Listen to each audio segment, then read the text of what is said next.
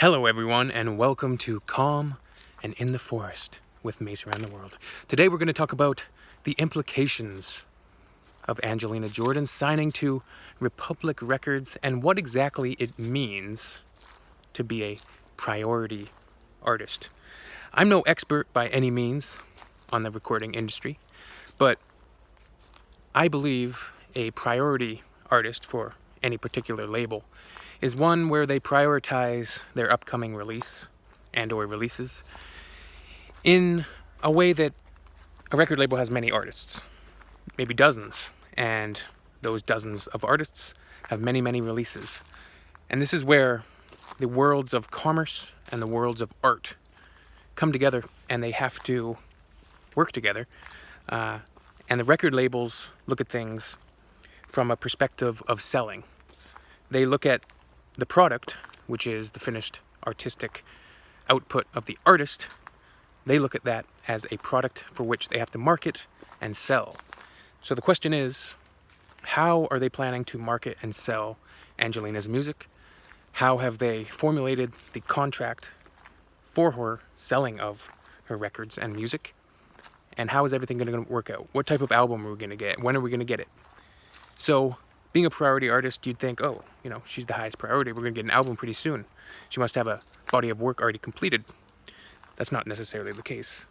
And the label may or may not want changes, and their marketing strategy may or may not coincide and be agreeable with what the artist's view of that is. So that's going to be an interesting thing going forward. What type of songs are we going to get? What type of album are we going to get? Are we going to get songs like Shield, which is a particular favorite of mine? It's a very impactful song, a very powerful song, a very catchy song, very well-produced song, and incredibly well sung by Angelina. And it has that James Bond vibe almost, which is something that obviously I think any Angelina Jordan fan would love to see at some point in the future, being a fan of James Bond and Angelina Jordan. Her coming together for an original song on a James Bond motion picture would be absolutely fantastic. That would be amazing. Or songs like What Is Life? Songs like Oslo. Not to mention the style which she exhibits on all of her different covers of jazz standards throughout the years. So Republic Records obviously has Ariana Grande, Taylor Swift, Post Malone.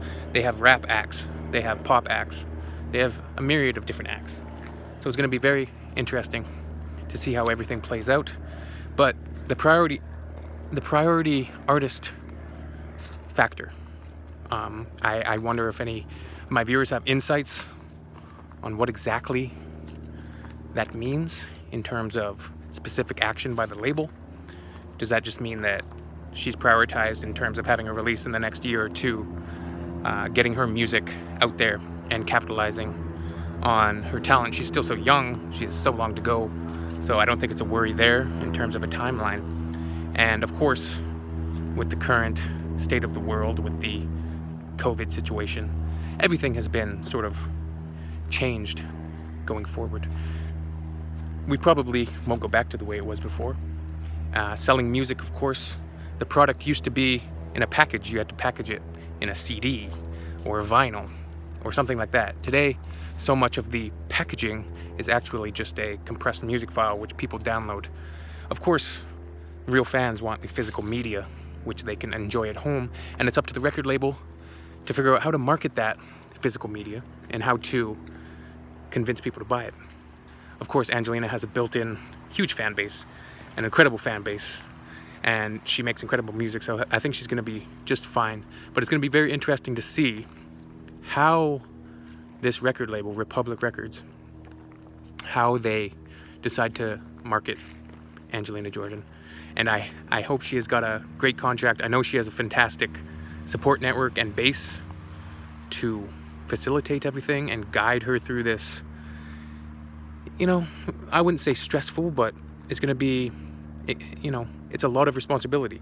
And hopefully they're not trying to put too much on her shoulders or pressuring her into doing musical art in which she's not excited about, or changing her style, her output.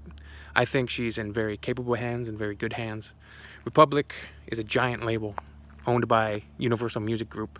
So, you know, she's gonna have the full might behind her, but I think as fans, we're not all super knowledgeable about the music recording industry and what exactly this high priority artist actually signifies.